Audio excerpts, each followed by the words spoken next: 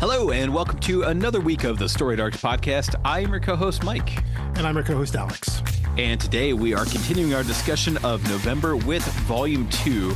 And holy smokes, the difference between 1 and 2 here in terms of, like, being in it and knowing who all the characters' names are.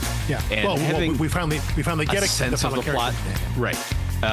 But you also get a chapter that doesn't follow any of the 3 women from the first volume. You get the cop in the warehouse. Yes. Which is chapter 7. That mirrors kind of what we saw in book 1, right? Because book 1, we got the chapter following Mr. Mann. And we saw kind of his history, because we jump back and forth, right? We saw his history as a cop working at the evidence locker and then moving into this shadier, whatever he's doing externally, to the point where he's sitting in the diner across from Dee. And so here we get that extra chapter of following the cops around, which I guess at this point we assume or we know that is cop 12-6 that Kowalski references, who we find out his name is Ward. W-A-R-D, and we see his involvement through all this, and we see kind of how maybe like on the first level, like the first like coating of like the first peel of the onion, how things are related, right? Yes. And so I don't know if we mentioned this, and I was actually looking at my notes from last week, and at one point last week I called out the nice full page splash of when we saw, at the time we didn't have a name, but woman 2, who we now know her name is Emma Rose, when she was bringing groceries to her friend's apartment, and we had that nice shot, like a blue tinted shot of an apartment building with the lights and everything, and like how it was silhouetted and all that. I had it in my notes there to reference that's the building that Dee lives in, because if you see on the top there, the roof, if you looked up on that page in volume 1, you saw the pigeon coop and the little Radio Shack that she was operating out of. They don't draw attention to it, but when you look back on it, that is the building that Dee lives in. So our second woman, Emma Rose, was bringing groceries to her friend who lives in the building that is the same building that woman 1 lives in, Dee. So it's this kind of a hidden connection there, and that is made concrete here in this volume, right? Because there is a report of a fire at that building. It's one of the calls that Kowalski gets at the 911 desk. And, she kind of, what is your read on Kowalski real quick here? Because my read, and I don't know if this is me remembering things or what's being presented. My read is that she is a cop, but not currently. She's like cop adjacent right now. Oh, interesting. Because she's I don't think I clocked that. Because she is a cop. She's in uniform, but she's working the 911 dispatch desk. She's not out there on patrol. She has this thing for like trying to get a gun. And she's off investigating these fires and eventually the warehouse explosion and things like that. Get a sense that, and we see from a quick little flashback that, like, she knew Mr. Mann when he was working down at the evidence locker. Like, we see little flashes of her past as maybe a more active on-duty cop versus kind of what she is now. It feels like she's kind of been shifted to the side and like stuck at the 911 dispatch. Not that there's anything wrong with that, but for her, someone who was like, for her, I think she sees as a punishment. Because we see here now, like, what we know is she just got off working like 4 or 5 shifts in a row, like a double, and her captain tells her to go home, and she doesn't go home, right? She goes to the place where that lady made the 911 call about the gun. Right. So she's off investigating on her own. That was the house fire, the building fire that was there, which we know that is now Dee's building. That is where Emma Rose was going. And we also find out that the gun that Emma Rose found was Dee's gun that fell off the roof after she shot one of the cops who were trying to beat and kidnap her, which they ultimately did. So we don't know what any of it means at this point, right? We have no idea what any of it means, but we see how all 3 of them are now at least tied together. If you have your crazy person board, right? Right. Well, and Kowalski, you can start putting some red string on it. I think the very evident part of Kowalski's, like, here's what the tell is, like, no one's asking her to work these multiple shifts. In fact, they keep telling her to go home. Yes. So she has this like chip on her shoulder, like she's going to earn her way back to whatever status she lost, which is kind of like, it's like the cop in Die Hard who's like, shot a kid. Now he's stuck on desk duty. And, what's his name? The guy from Family Matters. I can't remember his name. It's Reginald Johnson is the actor name, I think, or something like that. But I can't remember. I can't remember. Sergeant Al Powell played Sergeant Carlo Winslow. Yes, there it is. Yes. But Johnson. And there's like a fan theory about how those two properties are in the same universe. Yeah. But no, I agree though. That is telling about her, and the fact again, she keeps doing things. She's staying on her shift at the 911 desk, and when that's done, when she's ordered to go home, she doesn't go home. She goes and investigates these calls, and when she does go home, it's solely to sneak in and retrieve a gun, a sidearm that she has hidden under her bed. Right. And she is trying extremely hard not to wake her partner. The most important thing is to get in unseen, unaware. So she doesn't even want her to know that she came home and was even around. So clearly, she's being driven by something that's causing her to go. I was going to say above and beyond. Maybe it's not above and beyond. Maybe it's just like outside the realms of normal working. So let me ask you about this then, because there was this moment where she ends and calls the cops and says, "I want in," which makes it sound like she's aware there's some dirty cop thing going on. Yes, and I had that flag. We are not meant to believe that she actually wants in, but this is her sleuthing. Is like, how do I get in on this? I don't know. Okay, so you think it is ambiguous? I think it is ambiguous. Yeah, but I think what we are. I think the fact that she's horrified by everything she discovers made me think like, oh, clearly she's against whatever's happening. It very well could be, but also I think it's a matter of like she's putting the pieces together, and based on her interactions, specifically with Officer Ward, call sign 12-6 there. She's taking that piece on one hand and seeing everything that's going on and finding the tangential ways that those things connect with each other. She is beginning to realize that, okay, I know who's involved. 12-6 isn't just acting like a jerk. He's not just being shady. Like he's intimately involved in what's happening tonight. And because clearly, as a cop who's been there more than just like at the 911 desk, she knows who this person is and probably has a sense that, I get the sense that she didn't just randomly jump to the conclusion that he was being a jerk and acting shady on this one night. And that's probably just like his MO. But when she combines that with other stuff she's seeing tonight, that she knows that he's in on something.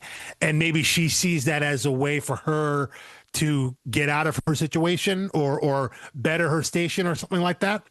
There is a sense of I think it is meant to be ambiguous, but we are meant to believe, I think what we are shown is that she's figured out something on some level as a cop because of her experience, that this is tied to cops, and we, the reader, have seen that, but maybe not tied with the police force. Like clearly whatever's going on is off the books, off the record, right?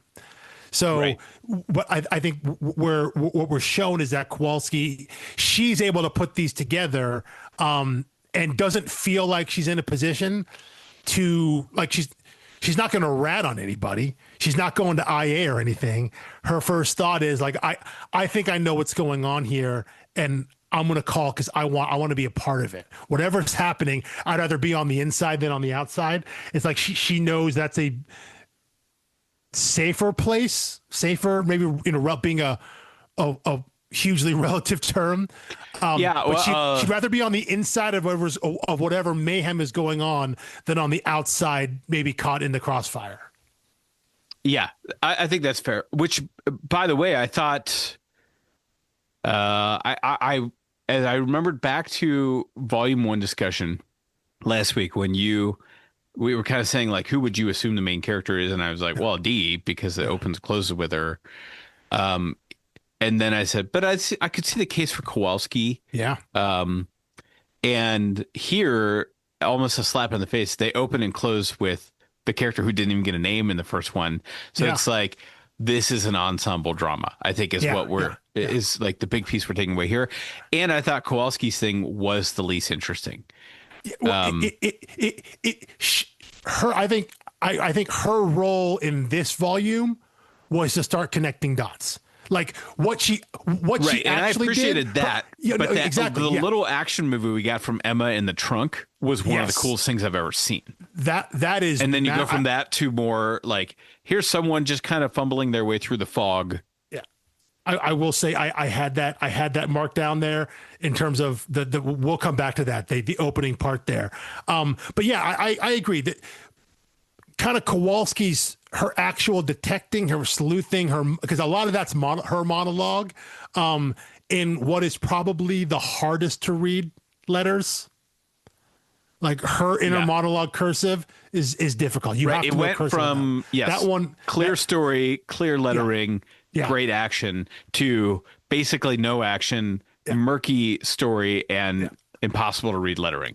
But again, I think what her little bit there in the middle does for the reader is obviously very important because she is connecting the dots for the things that we, the reader, know that she, the character, doesn't know. So that's one of the situations where because of the reader's perspective, we see her fumbling around and not connecting dots or connecting them slowly because we've been given more information than she has. But it is confirmation of seeing how these three stories begin to overlay, beyond the fact that, we see Emma Rose be kidnapped and taken to the same place and locked in the same room as Dee. So both of them have had effectively the same experience tonight where they've been somewhere, some guys dressed as cops came in, beat them up, drugged them, tied them up, and took them to another location and threw them in. So we know that they're together, and we know that now Kowalski is at the very least on the trail of the cops. Doesn't know anything about the two women right now, right? She's got no idea about the other two women, but she knows these events going around in the city, these calls that came into her at the desk because she was there all night or has been there all night. She's on the trail of the people who have the other two women. But yeah, they're as of yet still unaware of each other. Well, I think Kowalski's suspicious about the gun phone call because she hung up so abruptly, or she heard the phone hit the ground, or someone bothering her. It was that, and it was because Officer Ward responded so quickly saying he'd take care of it. Yeah. And that was one of the triggers in her mind, right? Because he had been blowing her off like, hey, don't bother me, don't call me. And in her mind, she's like, dude, this is a 911 center. You're a cop. This is your job. If we get a call. So the fact that he responded so quickly to that, and then that address that woman gave is the same address where this building fire has gone up, And so that was one of the things that led her to start piecing these dots together. But yeah, other than that, she knows nothing about, she no reason to assume that woman has been kidnapped or anything like that. All she knows is that she wasn't willing to give her name or anything, She didn't give her name, didn't say on the line. None of that was there. Yeah. So should we talk about Emma Rose's story? Yeah. Yeah, sure. Because one thing that I want to, so this is just, it's a curious thing that tells you a lot about yourself as a reader. There was a glitch on my tablet as I was reading. And for some reason, this comic file appeared twice in a row, basically. So as soon as you finish it, it was 160 pages. And I liked the kite opening with her as a kid. Mm-hmm. And then when they returned to it, I was like, oh, this is so annoying. You can't keep coming back to this. And I looked at it and it was like only halfway through with volume. I'm like, we can't keep weaving in and out of this kite thing as a kid. This is too much. And then I got to the last page, even though my progress indicator said I was only halfway finished. I was like, oh, well, I actually like it as a bookend. I just didn't want to see it like in and out, in and out, in and out for the rest of the story. So I was like, oh, that was an interesting insight about myself of like, I was going to be pissed if we just had to keep intercutting, that kite thing. But I thought it was a great way to show us just anything at all about this character who all we know her from is her actions. Yes. Which is a little different from Kowalski, quite different from Kowalski, who we mostly know from her like dialogues, and Dee we know from her like.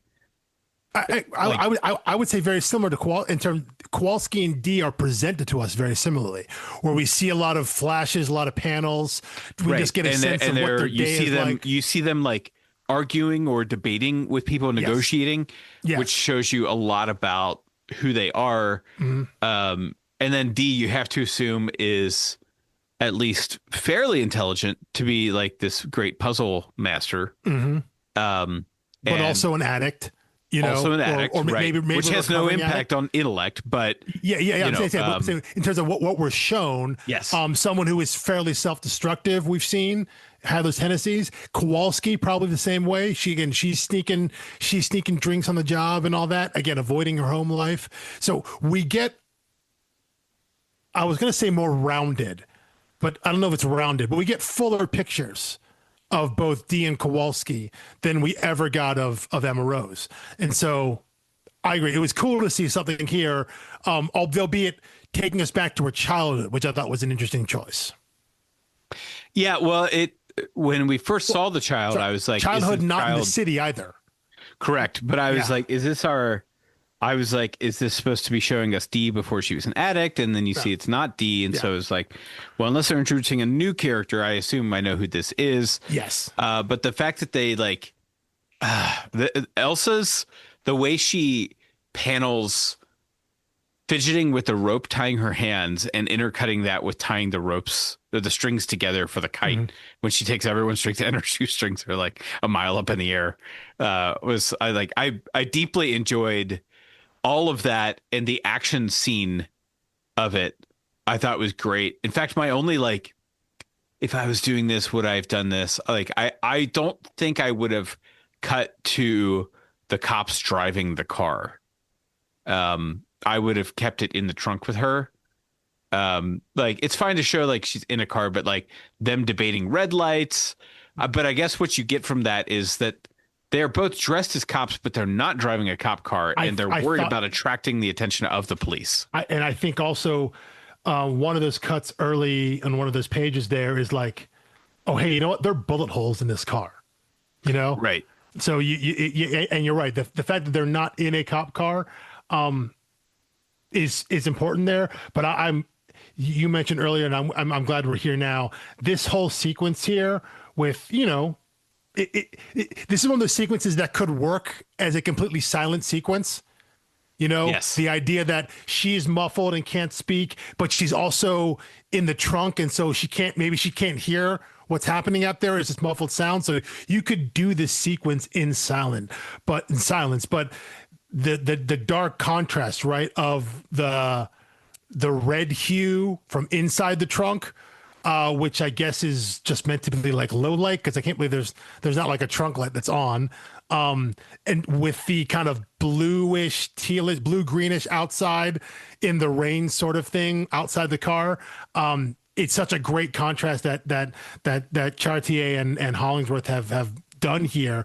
And again, I go back to the paneling, right? The panel choices of it's 3 main bars, top, middle, bottom, but the length and number of panels in each of those rows, it cross cuts like a movie now. It's how you create action. It's Yes. how you create motion. And so when you get like close above her face and then pull back outside the car, then back, you're creating that sense of motion and forward momentum and all of that just by how many panels you have. Again, not just on a page, but on a specific line. And doing all that and mixing all that and knowing when to elongate a panel, when to shorten one. It comes together so great. I think there's such a great feeling that's evoked. And when I read this, you feel the tension and kind of the pressure that comes whenever you watch a story of someone who is trapped in the trunk of a car, especially if you're watching from their perspective, right? Any movie, any TV show where our character is locked in the trunk of a car, you feel that claustrophobia, you feel that panic. And to get that across on the page, to get that across in sequential art, I think is awesome. Yeah. It was just like, I would watch this movie, this show, Yes. 100%. Went from being like why is this chapter here in volume 1 to like, this is the character I want to follow from now on. Yes. Yeah. Especially too, I mean, she's ready. Like the trunk opens and like, it was like it was like there are two full-grown crops there, but she gets a shot in. She only if only you has lock a chance for one shot. James Bond in a trunk tied up, at least when the trunk opens, that's everything he's doing, right? Gets his hands loose. Is there like a nitrous oxide tank in the back that she, like, for boosting the car's speed, that she sprays him with something? And I did see those tanks behind her head. Yeah, no. They spray her. I think she manages to pull. She triggers something there. Right, but there's the lights and there, like when she's doing the, let me see, approximately page. After she sees the dead body in there with her. Yeah, which is Mr. Man. Yeah. Yeah. Oh yeah, I see. Okay, the cop is spraying something. Yeah, I thought she had taken like a little tank of something out from the back there, and she is holding something when she says, got it. Yeah. I think she pulls a light out or something to to try to get the door, car pulled over. Yeah. But yeah, okay, and she finds a wrench, but she's resourceful and she knows she's only getting one shot. That trunk opens, she gets one kick in, and then obviously know what she can do about that after she's already been beaten and blooded once. Okay, on the fourth page of that chapter is where. You see the cops saying, not going to make it, like hell, and they go through the red light. The middle panel, there's like a couple tanks of something and wiring in the back, and that made me think it was nitrous oxide boosters. But I think those are the lights. Okay, yeah. So I was misreading the direction she's facing. I thought she was facing the front of the car there. I got you. I see. Yeah, At that point, I think she's. Yes. That's the back. You're completely right. Yes. But I was just misreading it because I thought, well, that, and when she said, like, something, I thought, like, before you could see the other body in there with her, I thought she was yelling to the guys driving the car. I got you. But she doesn't get their attention until she accidentally does, when she screams and realizes the body's dead. Yes, yeah. When she sees that there's a body there, yeah. So anyway, but either way, just amazing, like well written, but insanely well executed in the art. Yes, it's the panel sequencing here is it is perfectly top notch. It keeps you moving. It feels like an action scene. It feels this like is surely one of those things where you really grieve it being like a writer's medium in a lot of ways. Like when you considered a writer's medium. Yes. Correct. Yeah. Yes. Like, we're always trying to be very intentional about calling out the entire creative team. Mm-hmm. But when you read something like this, like you could see someone in the comic shop being like, oh yeah, that sequence that Matt Fraction did in this, in that book. It's like, well, I mean, he did write it. Like, I don't want to take any credit away from it. He may have had a panel by panel breakdown of this, but it is still up to the visual artist to depict this and Oh, that's yeah. where the whole thing is made or lost. Absolutely, absolutely, and this I think is that whole opening chapter, because I guess that is the opening chapter, right? Because the flashback with the kite, that's kind of like a cold open, right? This is like the first chapter of this volume. That one is called chapter 5. Is it? Okay, I think it's okay. called a cold. The cold open might not be assigned a number though and a name. Yeah, see, I don't think correct. it is. Yeah, it does not. Yeah, okay, so yeah, because they this name the actual chapters. That's like a little interlude. Number 5 is the girl on the precipice. Yeah. So, but so we'll call it that opening bit. That opening bit from her in the trunk to her groggily coming to on the floor, looking up at who we know is Dee, groggily looking down at her. Both these women just like beaten and tied up, say, yeah, let's get the hell out of here. That is to me like an incredible setup, and of course we go away from that and we start seeing how we get a better sense of how these two women were brought together, I guess. Right. And this is where we come into Kowalski's story again, of her being kind of the exposition machine, in that, she's the one that ties together, when she's on the roof of the building, of Dee's building, and she recognizes that this is like a Radio Shack, and her being, doing some police work, as like Bunk from The Wire would say, like, natural police right. here, she can tell, okay, this is a radio, it's transmitting somewhere, but like antenna that big can't go that far, So where would it be? So she starts looking around, and from where she can see, she sees a warehouse that has another antenna on it, which also happens to be where another call came in that day. That's where the explosion came in from. And that's where, as far as we can tell, that's like the warehouse of, I guess, stolen evidence or whatever it was that Mr. Mann was operating out of. That's where Ward and his guys came in and kidnapped and killed him. So we're shown that Kowalski has some ability at this. So again, the question is, like, if she can deduce this, like, what's she doing answering calls at the dispatch desk? So clearly there's something more going on there, but we start seeing she is allowing the reader to see through her eyes, again, how things start coming together here little by little. And again, so we don't know why any of this is happening.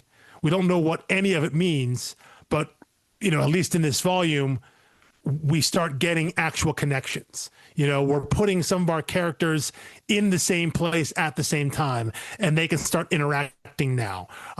Which, it for a short run series like this, at some point you got to get a move on, right? You can't delay this out to the end. Yeah. Well, I mean, especially when was it clear at this point that it was now a 4-volume thing, or do you think they were still pitching it was. And so this is something that I didn't know. It was in my notes. I didn't know when I would get to it. I guess we'll get to it here now.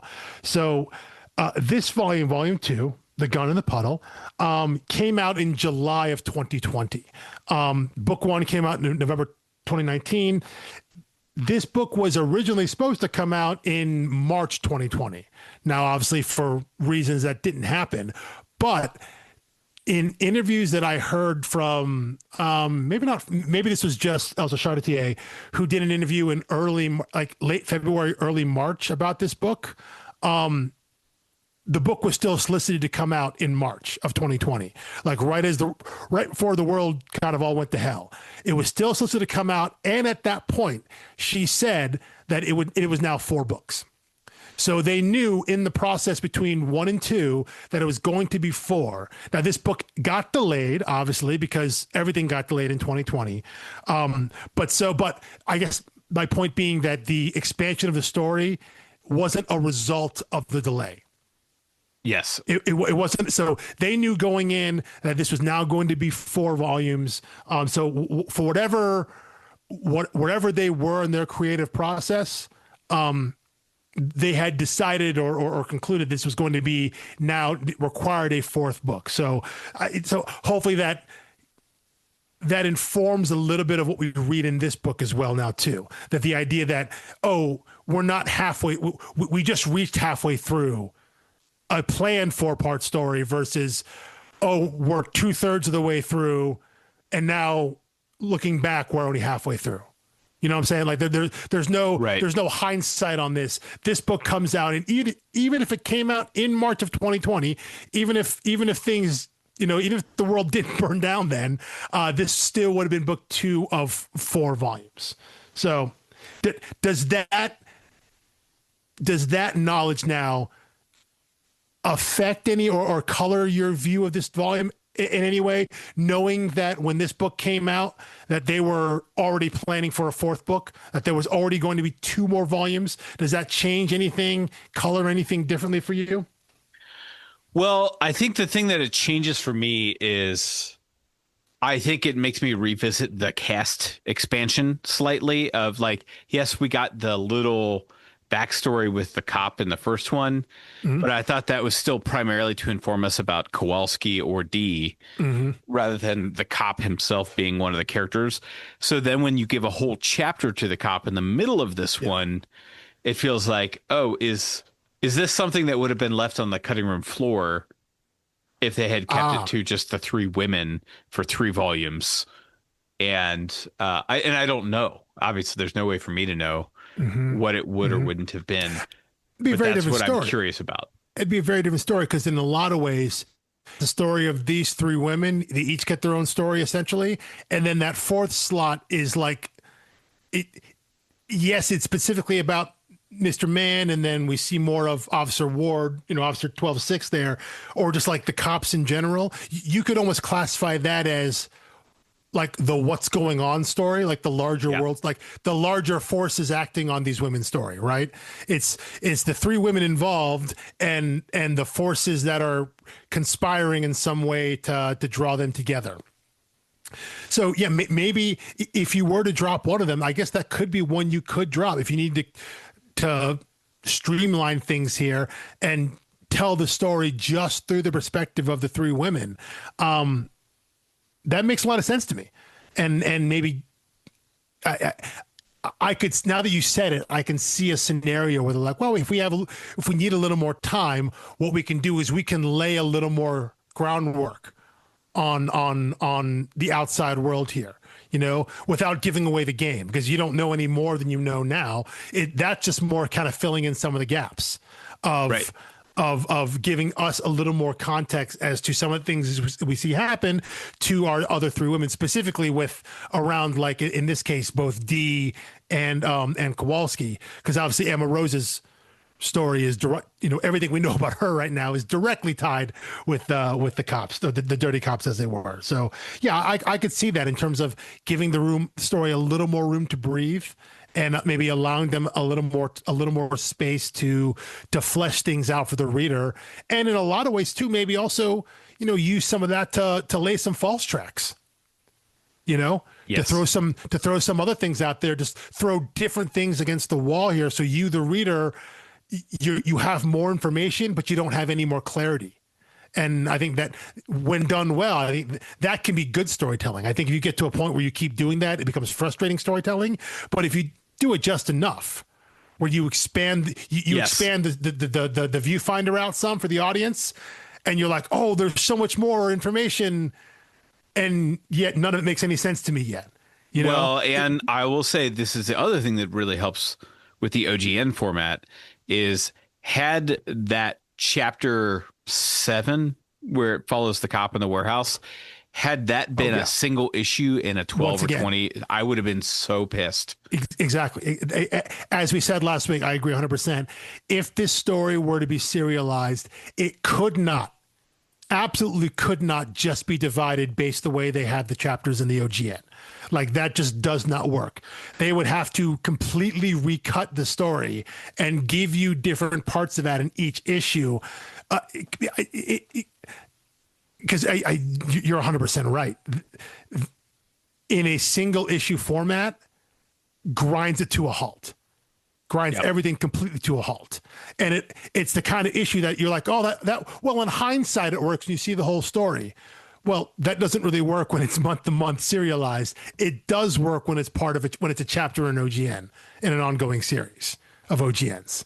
So yeah, the idea of them, oh God, and I would imagine they didn't think of it that way, that they didn't think of these chapters like single issues. Right. I would imagine they didn't think that way. No, I think they probably thought of it as, here's each character's arc. Yes. But like, we're not going to just tell it chronologically. Yes. Yeah. They're not less worried about beginning and endings. They're just knowing like, this is this chapter, versus, because I you know what, we glossed over it though, but you mentioned it when we talked about the opening chapter of this book. It is chapter 5. Right. It's not chapter 1 again. So the idea that this is meant to be just, you are picking up directly from the end of volume 1, which had 4 chapters in it. They want you to have, clearly they want to put the reader in the mindset of this is the next thing you read. This is the next continuing chapter, not issue, not volume in that way. It says this is all one story. Yeah. And then the final arc here to discuss is D's, which I feel like we kind of intuit D, like that story without needing to see it to some extent. I agree. I think this is, I had a note here that I don't, when I wrote it, I thought it was the right note, and now I think I disagree with it. I wrote unnecessary, but I think that's too harsh. It's a little harsh. It's not, well, so I had 2 things. The first thing I was reacting to was the title of her chapter, which I realize it's kind of like a parallelism, Some Girls, because it's like, the girl in the trunk or something, it's a lot of the girl in the blank. Yeah. Which, referring to grown women as the girl or girls even is a bit paternalistic. And I don't think it's something a female writer would have done with these grown women characters. Well, but I think it's intentional for the story. Except when they get the like, oh, said the name of the, said the name of the movie type thing, where she's, and not even to another character, just like saying it out loud or thinking it to herself, saying like, yeah, some girls were just lucky. I guess that's her internal thoughts. Yeah. Some girls I'm like, okay, well, there's one thing about this like paternalistic narrative, but for it to be the self-talk internal thinking feels like accidental paternal. But so anyway, so I was a little distracted by that, and I wondered to myself, would a female writer have done it this way for all these female characters? And the truth is, I don't know. Like, if there's a good creative reason revealed for why it's this way. Now, like, I do think what we've seen so far is this police group is a boys' club, and all of the people disadvantaged by them are women that we've encountered. So if it's like this commentary on, patriarchal corruption and yada, yada, yada, then I understand, all the gender emphasis. It's just a language I'm not sure a woman would use to refer to herself, is all I'm saying. I understand. I get that. I hear that. I'm working under the assumption that if not the first person, one of the first people to read these scripts was his wife, Kelly Sue DeConnick. Well, yeah, I mean, and who qualifies as Elsa Charretier, woman writer, exactly. Yes. So yeah, it has to, in my mind, it is passing some level of sniff test as to the intentionality of it. Sure, and they're in a better and because position of that, to say that than I am. Is it, and because of that, someone like, no, not someone like, specifically, Matt Fraction gets a bit of a pass, whether it's deserved or not. He gets a bit of a pass from that because he is married to Kelly Sue. And how fair that is or not here to say, but it does feel like there's an intentionality to that. Well, because also, let's also talk about the solicitation, though. The solicitation says 3 women, 1 city.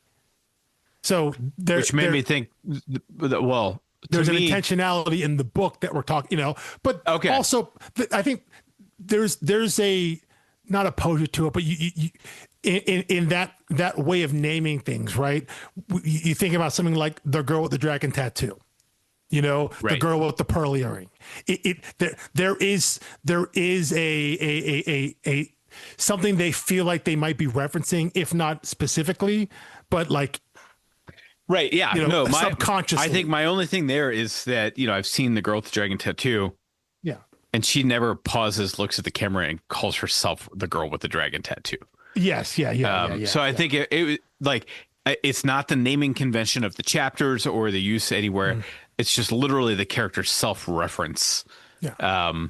But it's clearly like an ironical, like, yes, it feels like a 90s like action comedy. Yeah. And which also feels a little out of genre, even though I chuckled.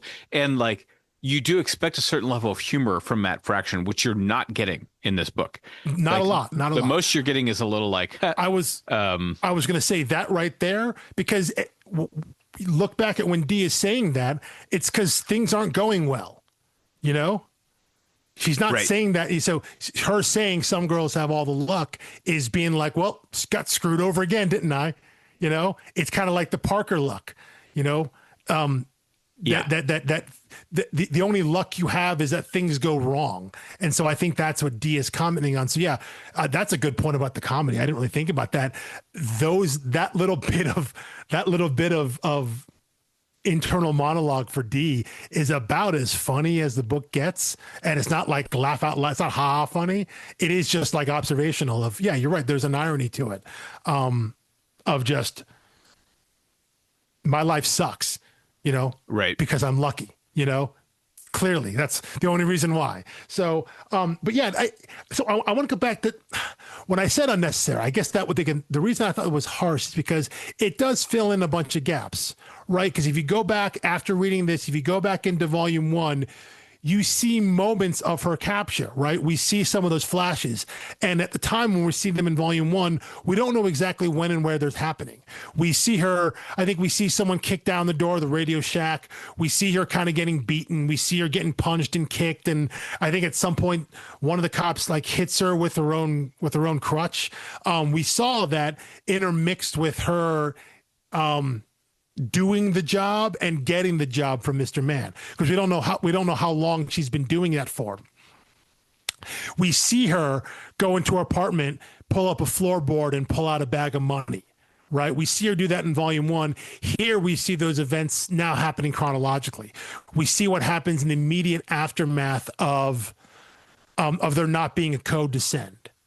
So now we see all that. And so it puts all those earlier panels and flashes from volume 1, it puts them into chronological context. And for that, it's helpful. Again, I think unnecessary was too harsh there, because we also see that it's her gun so the reason why maybe the cops want that gun, not because it's their gun, but because it's the gun that killed one of their people. Right. That Dee shot, it fell off the roof. And Officer Ward knows that because he was there. He was there to abduct Dee from the roof and set the building on fire, or part of the building on fire, or whatever it was. So it adds context for the reader, and it sorts out some of the timeline stuff. And so we get a very clear picture of what happened to Dee from what we saw, the flashes of what we saw at the end of volume 1, to her being tied up to a chair when Emma Rose gets thrown into her room, right? It's just a matter of, we're going to fill in the exact time gap now of how she got there. So now you know how she is there, and you can sync that up with what happened. And again, you can sync that up with what happened with Emma Rose, because you can time frame it based on when the gun falls off the roof. So how long after that did it happen? Cops had to leave and then come back. And so it's starting to kind of line up that if you're doing your conspiracy board timeline, string board kind of thing, it gives you a couple more points of like solid contact to start making sense of what happening this night. Is it super important to the story? I don't think it's super important to the story, but it is helpful context for the reader. Yeah, I think that's totally fair. Yeah. But like if it weren't there or if it was still a little ambiguous, I don't think the story gets I don't think it loses anything. Right? If you lose. If you just anything. flash back and you still see that, okay, afterwards, like, we know D got attacked and got abducted. If there's a couple more flashes to make it clear that happened after the signal after the puzzle wasn't there, and that's how she ends up tied up in the chair in that room, I think you still get a lot of the same context. But they clearly felt that they wanted to go like step by step chronologically. And again, I'm not here to criticize that, but I don't know if that was necessary for explaining her path in this chunk of the timeline. Right. Yeah. I don't know. It works, but I don't think it felt like they're explaining a little too much maybe because that we got more there than we got kind of out of any other chronological segment. True. Yeah. Yeah. And maybe that's what it is. That now that it feels a little out of place at that point because we've gotten so much cross-cutting of time. Right. So, okay. So let's zoom out here to what the heck is happening on this plot. Okay. And my understanding, correct me if I'm wrong, is that D is running effectively a relay station or like pigeon or a smoke signal communication. She decrypts a puzzle, she sends it to the next station passes it along, and she has the radio as well, which is what she's transmitting short range from. radio. Yeah. Yes. Yeah, she's figuring out a code and transmitting it to someone. Like this roof got blown up and can see the next roof that got blown up and starts and pieces together like, this was a communication relay station and they're cleaning up their mess. Yes. Yes. And we also know the craziness of the day was not just Halloween. There were bombs, something in the city.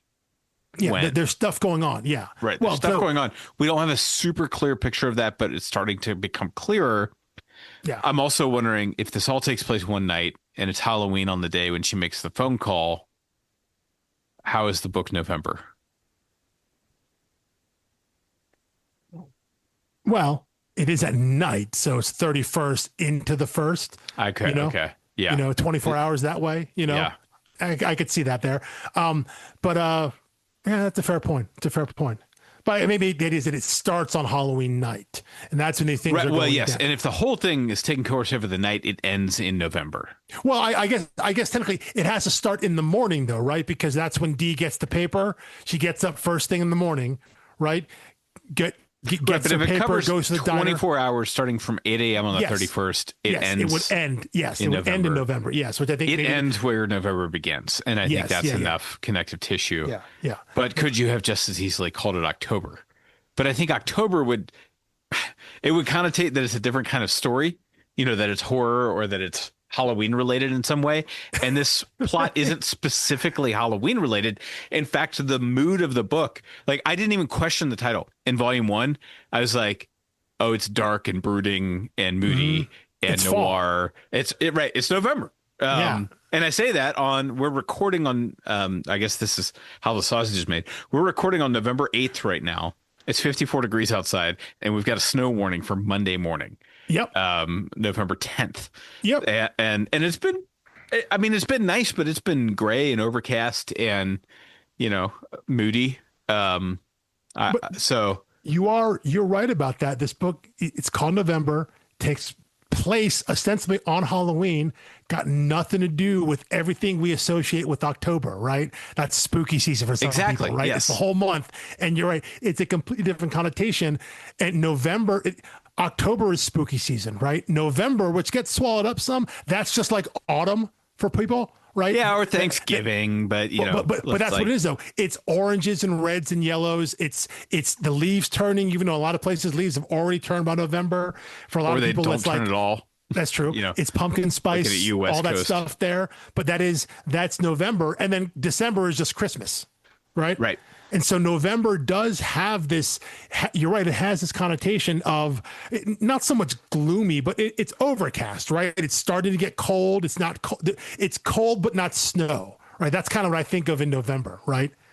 The wind is blowing. It's chilly out, but it's not snowing out per se. Not that we haven't had snow in November, but that's the connotation that I think of, which is completely different than when you say October. I mean, that's honestly how right I think of December as well in Cincinnati. Well, yeah, you go any further north and yada yada. In the larger sense, though, you say December, and the thought is automatically Christmas, right? Yes. Just no matter what happens, even though there were places here that were playing Christmas music on November 1st. And that is not a joke. I wish it was. I was out on November 1st, which is a Saturday, walking around in a store, and it was playing Christmas music already. November 1st. I took my daughter to, well, it wasn't a trip there. We just had to pick something up from Menards on Halloween day. Halloween decorations gone. And they had Christmas trees and Grinches and like all of their blow up characters. Wow, already on Friday. On Halloween day. Folks are still shopping for stuff. She had not gone trick or treating yet, and it's already gone. And the candy was marked down. I was buying candy same day. That's a big mistake for them because it's on a Friday. You can't. I don't think they care. I think they're just like, we only have so much space and we run a huge warehouse, and they sell literally everything on the planet. Here's the thing, though, man. On the 31st, it should be like 15% higher. You know, not that I'm all that pro capitalism that way, but still on the day well, of. By next year, we'll have higher. those digital price tags that are dynamically priced by time of day and, presumably at noon, it's one price, but like 3 p.m. it's like 10% higher. Right, there's peak and pricing, 5 p.m. which they're all already trying to sell you on like how that's better for you of like, oh, if you come chopping off hours, you're going to discount. It's like, no, I'll get the regular price. Yeah.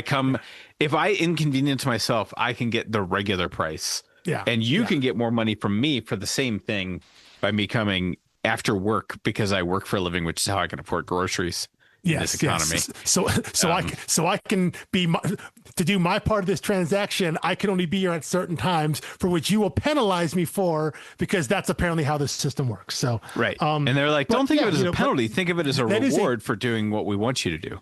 That is true. And it's like, well, no, it's both. Now,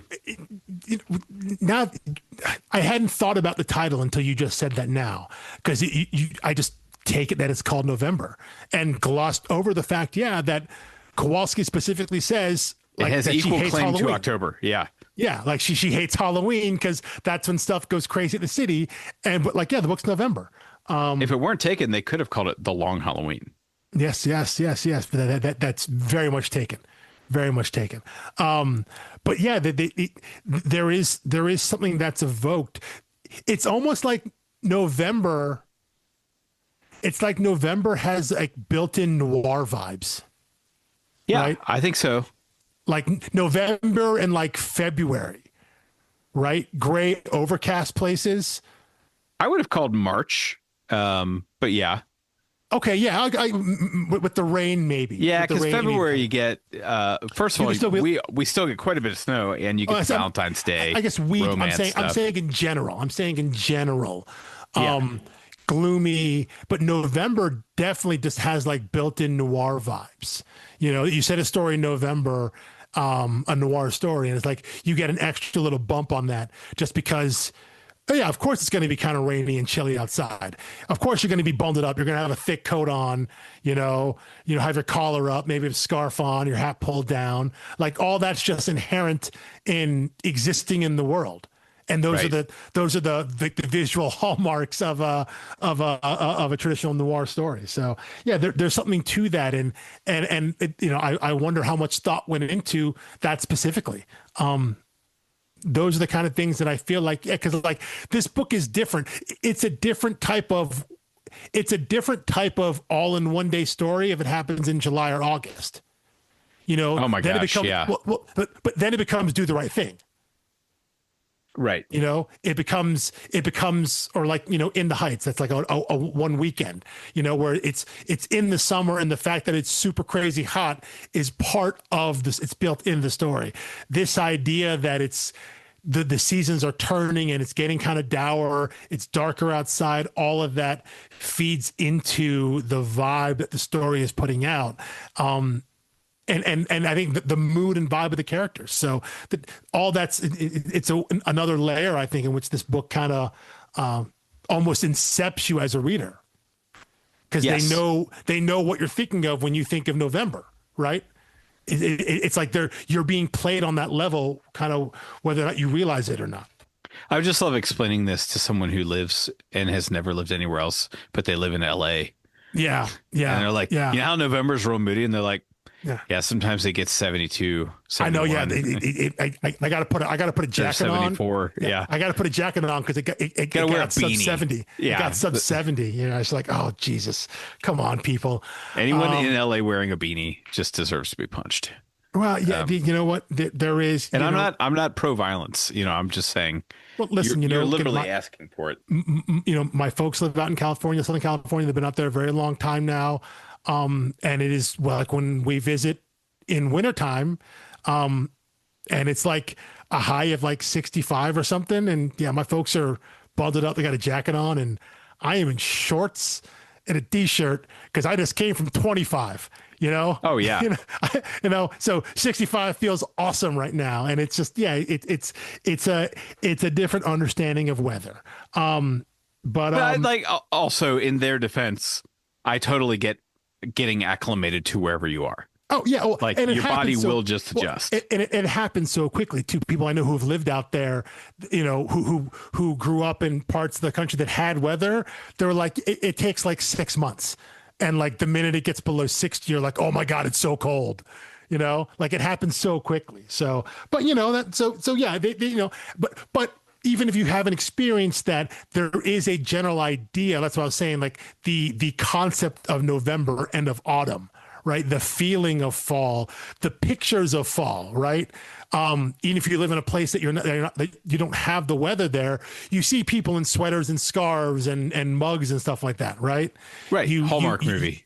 Yeah, you have the pop cultural understanding, excuse me, of what autumn is. You understand that the leaves change, and you see these pictures from the mountains and the forest and all that, and you at least you're conversant in what that means, and so thus in a way you can still be affected by it. Right. You can still be affected as a reader in the way of them manipulating the way you think of what the word November means and what the context is. Even if you haven't experienced it, they know that you know what they're talking about. Yeah, exactly. Yeah. So anyway, do you have any more notes? I've used up all of my notes, and I didn't even mean to get into the thing about the title. I just kind of figured that would become self-evident at some point.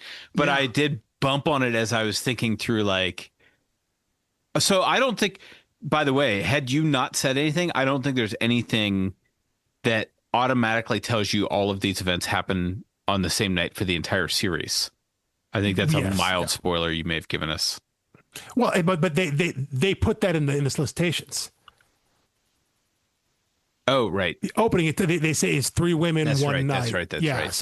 So obviously we obviously get flashbacks. We see glimpses of things that happened earlier, but like the main course of events, you know, starting with Dee waking up in the morning, not seeing a puzzle, panicking, and sending out the 000 signal, right? That's the first that happens in the morning. Then everything follows beyond that, you know. From there, it's all in one night. But because they're telling the story from multiple angles, you're getting more context from all over, from all 3 of these women's lives, and again, some of the cops as well, and what their history is, and what their role in all this is, and maybe what their history is with some of the other, some of the women as well that are part of the story. So you're getting all facets of it, but you know, it is effectively contained to one night. Yeah. Cool. Well, that's all I have. I'm very eager to get into volume 3. Yeah. And yeah, been a great book. I haven't even reached out to these creators yet, honestly. And I know we've had some great guests on here. Mm-hmm. At least Matt Fraction and Elsa Charretier feel out of our league, which is crazy. I mean, we've had some big guests on, but well, with Matt Fraction in particular, I think he would have felt this way before Batman. But with Batman, actively writing the main Batman title, it's like, you don't have time to talk to us. Well, you know, I mean, but I may reach out and see. This is a book that I think they're both really proud of. I've heard them talk about it before in general. So, yeah, I mean, I would love some more insight, because I think what we're seeing here, I think is just kind of some of the best version of this type of, like, of the medium in the last couple of years. Yeah. I think just and part of it, I think, is their decision to put out these original graphic novels, to put the story out. This is the whole thing. You read it all at once. It's not as much as I love single issues. I love the serialization of that and the rhythm of that. I also want to see multiple versions of it form.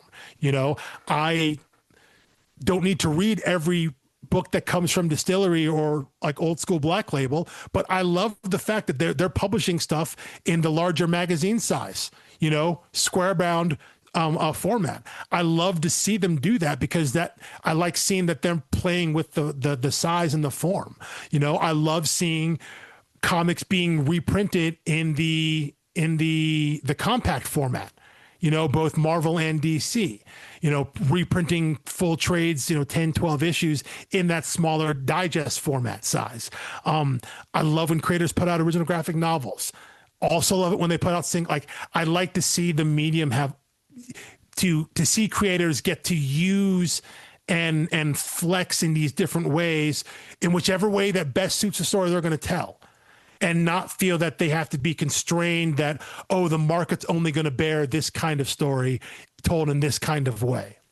I like seeing creators have success being like, no, our story works best like this, so this is how we're going to tell it. You're going to get 3 volumes of this. You're going to get 4 oversized magazine issues, you know, and that's what it's going to be. Is it going to look weird? You got to buy a new box for it. You got to buy new bags and boards for it. Yeah, you do. Sorry about that, but this is a story we want to tell, you know, and not feeling, and having creators not feel inhibited in any way, you know? Yeah. And so I was just at a comic shop this week where I was talking to the proprietor about Distillery, and it was kind of a big middle finger response from someone who has built a store for 30 years around a single format and racks and everything, you know, like, I totally get both parties' thing of like, I want to tell a story beyond the size of a standard format, and the shop owner saying like, dude, you're killing us. Yeah. Like you're absolutely killing us. We built an entire infrastructure, boxes and racks and spindles around a certain size product. I get that. I think the issue with Distiller would be less than a lot if their books came out on time. Or we're at $10 a piece, you know. A lot of that would be different, but yeah, I understand that. But again,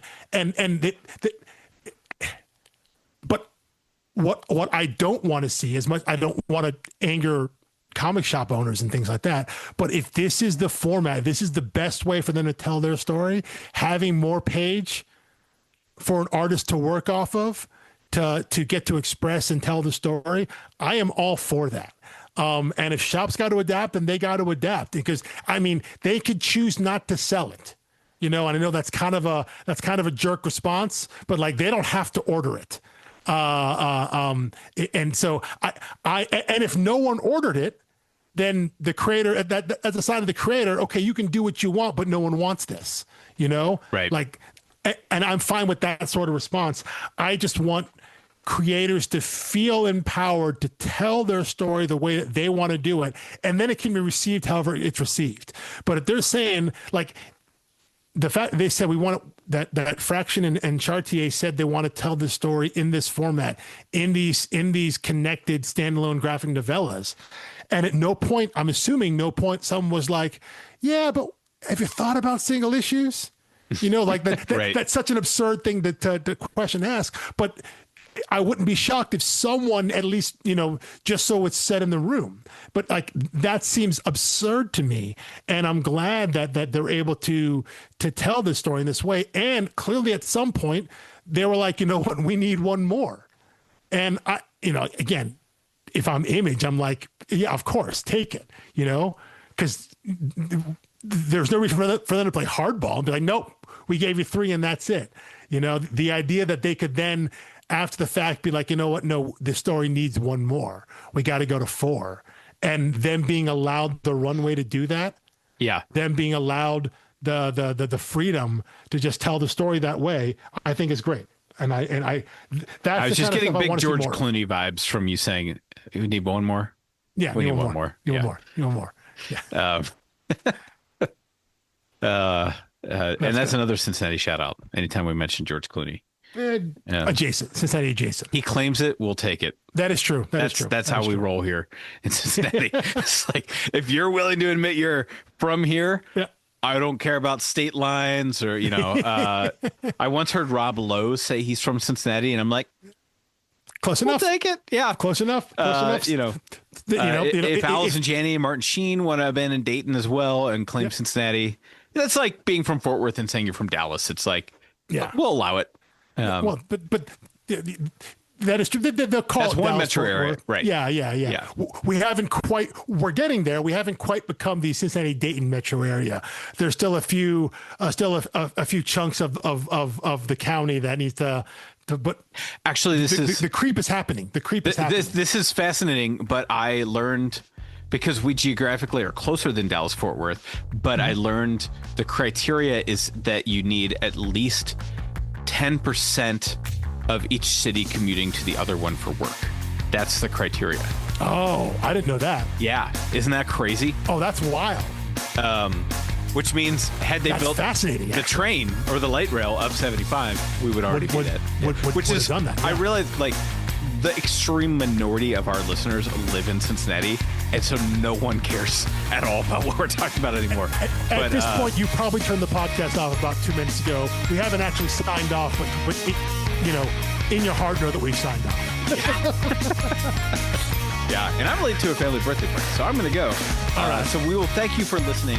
We'll follow us on Blue Sky, Instagram, storiedarts.com for all of your podcast needs, and we will see you next week for November Volume 3. Peace.